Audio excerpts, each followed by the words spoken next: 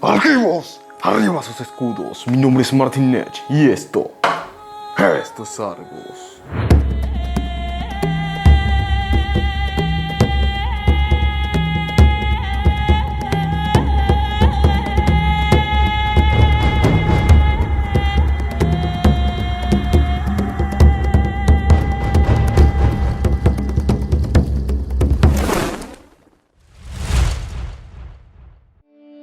En la mitología griega se relataban al menos 3 hechos que pudieron haber ocasionado una de las peores catástrofes vividas por la humanidad. Me refiero al Gran Diluvio. Uno de esos hechos, según la tradición órfica, fue el descuartizamiento de Zagreo por parte de los titanes. Zeus no castigó a los titanes arrojándolos de vuelta al Tártaro, sino fulminándolos con sus rayos e incendiando el mundo que había sido testigo de semejante atrocidad. Después de tanta destrucción, apagó las llamas con la mayor tormenta jamás vista, inundando el mundo y borrando a la humanidad de la faz de la tierra. En otra versión, el diluvio también sería provocado por copiosas lluvias enviadas por Zeus, con el fin de sofocar los incendios causados por la irresponsabilidad de Faetón, al pretender conducir el carro del sol. Finalmente, en una tercera versión, la ira divina sería provocada por el sacrílego banquete que Licaón le ofreció a Zeus para probar si su huésped en verdad era un dios. Ya hemos visto estas 3 causas en vídeos anteriores, causas muy diferentes una de otra. Aún así, fuera cual fuese la verdadera razón que desencadenó la ira de los dioses, en todas las versiones se habla de un único superviviente a partir del cual la humanidad renacería y entraría en la edad de los héroes. Y de él hablaremos hoy. El diluvio de Deucalión, la extinción de la humanidad. Pese a que muchos inmortales se opusieron al exterminio, Zeus no dio el brazo a torcer. Durante días amontonó nubes atiborradas con toda el agua del cielo, cargadas de muerte y desolación. El sol no brilló por mucho tiempo, y un día, el peor día para la humanidad, el cielo se desplomó sobre la tierra. Los hombres fueron sorprendidos por la violencia de las aguas que caían del cielo, así como las del mar que se metían tierra adentro, e incluso la de los ríos que al desbordarse arrasaban campos y ciudades por igual. Miles de hombres, mujeres y niños morían sin entender por qué los dioses le daban muerte de forma tan devastadora. Pero hubo un mortal al que se le había predicho que esto sucedería y que, en consecuencia, se había preparado para sobrevivir al final de los tiempos. Dicho mortal se llamaba Deucalión. Deucalión era hijo de Prometeo, el titán benefactor de la humanidad, y de una oceánide llamada Pronea, aunque algunas versiones dicen que su madre era otra oceánide de nombre Síone o Clímene, e incluso una pléyade llamada Seleno. Debido a su sabiduría y ascendencia divina, Deucalión gobernó a los hombres de la región de Ftía, que vivían dispersos en pequeños asentamientos de pastores y cazadores, y algunos dicen que fue el primer hombre que construyó templos para los dioses. Fue durante su reinado que Prometeo robó el fuego a los olímpicos para dárselo a los hombres, y cuando se lo entregó a Deucalión para que lo redistribuyera, el titán, que tenía previsión del futuro, también lo alertó sobre la catástrofe a la que Zeus sometería a la humanidad. A partir de ese momento, Deucalión se puso a trabajar en una barca capaz de resistir un cataclismo de semejantes proporciones y a aprovisionarla de agua y comida. Pero el temido diluvio que su padre había predicho no ocurrió enseguida, y con el tiempo Deucalión cobijó la esperanza de que el desastre jamás sucedería. Llegó a tomar como esposa a Pirra, la hija que Epimeteo había engendrado con Pandora, años antes que esta última abriese el ánfora y desatara a los espíritus que corromperían a la humanidad. Sin embargo, el día que Deucalión tanto temía al fin llegó, y cuando las primeras nubes cubrieron el cielo, él y Pirra buscaron refugio en la barca que había construido en la cima de una colina. Las lluvias azotaron un mundo en tinieblas, iluminado solo por los fogonazos de Zeus, al tiempo que los ríos, desbordados, arrasaban todo a su paso. Torrentes de agua y barro cayeron por las laderas de las montañas, sepultando poblados y ciudades enteras. Las costas desaparecieron, los valles se inundaron y las cumbres se volvieron islas. Los gritos de los que aún sobrevivían y corrían desesperados en busca de tierras más altas eran apagados por el violento retumbar de los truenos, como los bramidos de un monstruo que se devoraba el mundo. La barca de Deucalión fue sacudida cuando las aguas al fin la alcanzaron y arrastraron en turbulentos remolinos. No volcó ni zozobró, pero la violencia de la corriente rompió el timón, dejándola completamente a la deriva. Algunos pocos supervivientes a esas primeras horas de destrucción intentaron alcanzar a nado la barca, pero aunque Deucalión y Pirra trataron de ayudarlos, las embravecidas aguas terminaron por arrastrarlos hasta el fondo. Y al caer la noche, cuando el mundo se sumió en completa oscuridad, los gritos de pánico y angustia al fin enmudecieron. Solo el encuentro del agua del cielo con la del mar se escuchaba, solo el oleaje embravecido se oía. Deucalión y su joven esposa estaban solos en un mundo en agonía. Así pasaron 9 días con sus noches, en los que Pirra y Deucalión, completamente agotados, debieron soportar los embates de olas descomunales. Hasta que, finalmente, el mar que caía del cielo cesó, y las nubes se desgarraron para dejar paso a la luz del sol. Todo alrededor era agua, un mar inmenso donde antes había valles, campos y bosques. La única tierra firme la formaban las cimas de las montañas, como islas dispersas. Deucalión y Pirra estuvieron a la deriva por mucho tiempo, pero ya cuando las provisiones empezaban a escasearles, las olas los arrastraron a la cima del Parnaso, donde al fin pudieron desembarcar y posar sus pies en suelo firme. Zeus estaba satisfecho con tamaña destrucción, y las aguas empezaron a bajar lentamente, después de que Tritón, por órdenes de Poseidón, hiciese sonar su caracola. Algunos dicen que una enorme grieta, cerca de lo que sería la ciudad de Atenas, se tragó toda el agua del diluvio. Poco a poco la tierra fue recobrando su aspecto anterior, y las antiguas regiones volvían a verse tal como se las recordaba, a medida que el mar retrocedía y los ríos recuperaban sus cauces. Se cuenta que la amplia región de Tesalia fue la última en drenarse, ya que no contaba con una salida directa al mar. Zeus, entonces, le pidió a Poseidón que abriera un canal para que el agua saliera. Y el rey de los mares, acatando las órdenes del hermano, zanjó la tierra con su tridente, creando un estrecho valle entre el Olimpo y el Osa. Valle por el cual salió toda el agua del diluvio y que los hombres, en un futuro, llamarían Tempe. El diluvio había terminado y las aguas habían bajado. Pero, ¿ahora qué? ¿Bastaría solo una pareja para repoblar el mundo? ¿Acaso Zeus les perdonaría la vida? Ni bien Deucalión y Pirra descendieron de la barca, se arrodillaron en el barro que el diluvio dejó atrás e imploraron a los dioses que restituyeran la humanidad. Deucalión incluso ofreció el único animal que les quedaba para su sustento como sacrificio para Zeus Ficcio, el protector de los fugitivos. Conmovido por la entrega de los únicos supervivientes a su ira divina, el rey de los dioses decidió perdonarlos y envió a Hermes para decirles que buscaran el oráculo de Temis, sitio donde hallarían lo que pidieran.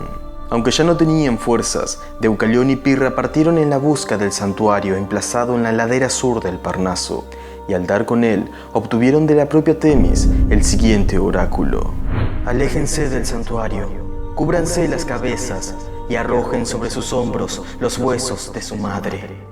Deucalión y Pirra permanecieron largo rato sin saber qué hacer. Después de semejante cataclismo, resultaba imposible encontrar los restos de sus madres, y Pirra, aunque los encontraran, se negaba a mancillar los restos de Pandora.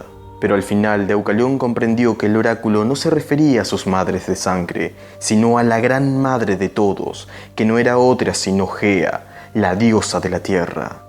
De ser así, sus huesos debían ser las piedras. Sin perder tiempo, se alejaron del santuario y tras cubrirse las cabezas con velos, recogieron cuantas piedras hallaron y empezaron a lanzarlas a sus espaldas por encima de sus hombros. Al volverse vieron maravillados cómo, allí donde las rocas golpeaban el suelo, surgían nuevos seres humanos. De las rocas arrojadas por Deucalión brotaban hombres adultos y de las de Pirra, mujeres en edad de procrear. Fue de esta forma como la humanidad renació tras el gran diluvio y daba inicio a una nueva etapa, la llamada Edad de los Héroes. En cuanto a los demás seres vivos, se dice que cuando el sol secó la tierra, la propia Gea hizo que incontables criaturas surgieran del barro para repoblar el mundo tal como antes, siendo la gran serpiente Pitón la primera en ser engendrada en esta nueva era. Si bien la mayoría de las fuentes sostiene que solo Deucalión y Pirra sobrevivieron al gran diluvio, en algunas versiones se mencionan a otros supervivientes que, tras alcanzar las cimas más altas, pudieron conservar la vida. Entre estos supervivientes tenemos a Cerambo y Mégaro, y también a Arcas, Níctimo y los primeros Pelasgos. Ya hablaremos de ellos en unos momentos. Cabe aclarar que los antiguos griegos no explicaban cómo otros pueblos, como los egipcios o los fenicios, por nombrar solo algunos, consiguieron sobrevivir a esta gran catástrofe. Tampoco relacionaban con dichos pueblos a los descendientes de Deucalión, como una especie de ancestro común para toda la humanidad. Simplemente estuvieron allí antes del diluvio y siguieron estándolo una vez que las aguas bajaron. Es por esta razón que muchos creen, ya desde la misma antigüedad, que el diluvio del que hemos hablado ocurrió solamente en la Hélade, incluyendo las islas y la costa oeste de Anatolia. Tal vez esto explica por qué Io y sus descendientes, que durante estos sucesos aún se encontraban en Egipto, no perecieron en la gran inundación. Dicho esto, veamos los mitos de cada superviviente. De Cerambo se cuenta que era hijo de un tal Eusiro y de una ninfa llamada Idotea, y que era el mejor cantor de su época.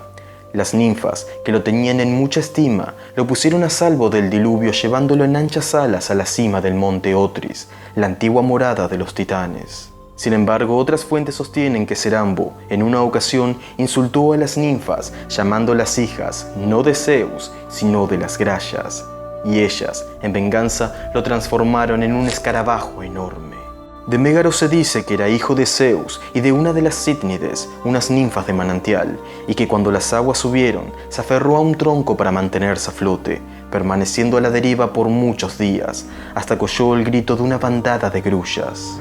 Mégaro, decidido a sobrevivir, soltó el tronco y nadó por las turbulentas aguas siguiendo el graznido de aquellas aves, hasta que finalmente alcanzó tierra firme en un monte que, por este hecho, sería conocido como Geraña o Montaña de las Grullas. Sobre Arcas y Níctimo, de los que ya hemos hablado en vídeos pasados, se dice que sobrevivieron a la inundación, salvaguardándose en tierras elevadas. A Arcas, que era solo un niño por aquel entonces, lo mantuvo a salvo la Pléyade Maya en el monte Silene, mientras que Níctimo, al ver que las aguas subían, condujo a los Pelasgos a la cima del monte Liceo. Y aún se cuenta otra historia relacionada con los primeros pobladores de la Fócida que vivían bajo el imponente Parnaso. Se dice que una noche los despertó el incesante aullido de los lobos y presintieron que algo no iba bien. Así que tomaron a sus mujeres, niños y ancianos y tras un arduo viaje los llevaron a la cima del Parnaso. Poco después se desató el gran diluvio y los hombres encontraron refugio en la cueva Coricia. Cuando todo acabó, temieron bajar de la montaña, así que fundaron una ciudad en la cumbre del Parnaso, a la que llamaron Licorea, en honor a los lobos que los habían salvado. Tras el renacimiento de la humanidad a partir de las piedras, Deucalión y Pirra no se quedaron en el Parnaso, sino que tomaron a un puñado de hombres y mujeres que quisieron seguirlos, y los llevaron hacia el este, más allá de las montañas. Tras varios días de peregrinar, llegaron a una región que en un futuro sería conocida como Lócrida o Puntia, y allí Deucalión fundó para los hombres la ciudad de Opunte, y poco después, no muy lejos, el asentamiento de Sinos. En otra versión diferente, en cambio, se establecerían en la región de Epiro, concretamente en Dodona. Deucalión y Pirra tuvieron numerosa descendencia, cuyos hijos serían héroes fundadores y epónimos de varios pueblos de Grecia. Así tenemos a Helén, Anfictión, Oresteo, Protogenia, Pandora, Tía, Melanto y Candibo. El primero de ellos, Helén, fue sin duda el más conocido, aunque algunas fuentes no lo hacen hijo de Deucalión, sino de Zeus con Pirra. Fuera quien fuese su padre, Helén sería quien daría nombre a una región de Ftía, la Hélade, nombre por el cual todos los griegos serían conocidos como helenos. De su relación con una náyade llamada Orseis, hija del río Peneo, Helén fue padre de Olo, Doro, Juto y Genopatra. El mayor de ellos, Eolo, fue el fundador del pueblo eolio que se asentó en toda Tesalia.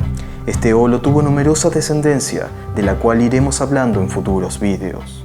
Doro, por su parte, fue el antepasado de los dorios, pueblo que se asentó primero en Tesalia y luego al norte del Parnaso, para finalmente migrar al Peloponeso. Su único hijo, Téctamo, dirigiría luego un movimiento masivo de dorios, eolios y pelasgos a Creta. Y en cuanto a Juto, se dice que sus hermanos lo expulsaron de Tesalia, tras acusarlo de robar reliquias de un templo, y que encontró refugio en Atenas, donde se casó con Creusa, la hija de Erecteo, con quien fue padre de Ión, Aqueo y Diómede. De Ión, que algunos hacen hijo más bien de Apolo, provendría la raza de los jonios, y de Aqueo, claro está, la de los aqueos. El segundo de Deucaliónida fue Anfictión, que gobernó las tierras bajo el monte Eta, cerca de las Termópilas, pero abandonó su pequeño reino para casarse con Átice, hija de Cránao, rey de Atenas, al que terminaría derrocando y asumiendo el cetro de los atenienses. Se cuenta de él que estableció un consejo de helenos en Delfos, con la noble intención de unir a todos los pueblos, pero a los pocos años fue depuesto por el célebre Erictonio. Otro Deucaliónida fue Oresteo, quien lideró a varios hombres que, descontentos por el lugar a donde los había llevado Deucalión, querían regresar a las laderas del Parnaso.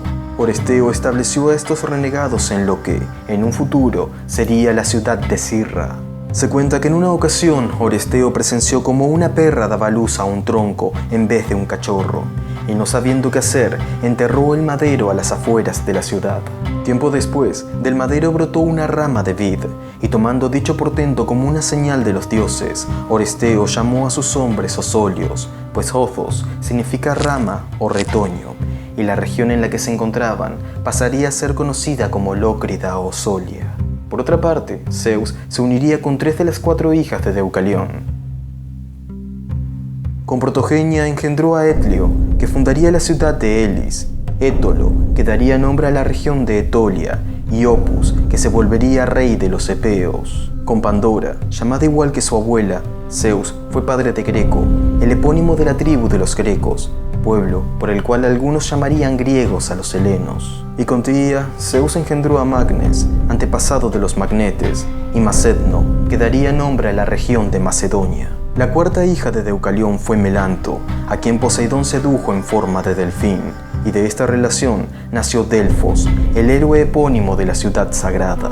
Y el último Deucaliónida fue Candibo, que al quedarse sin tierras que gobernar, emigró a Licia, donde fundó la pequeña ciudad de Candiba.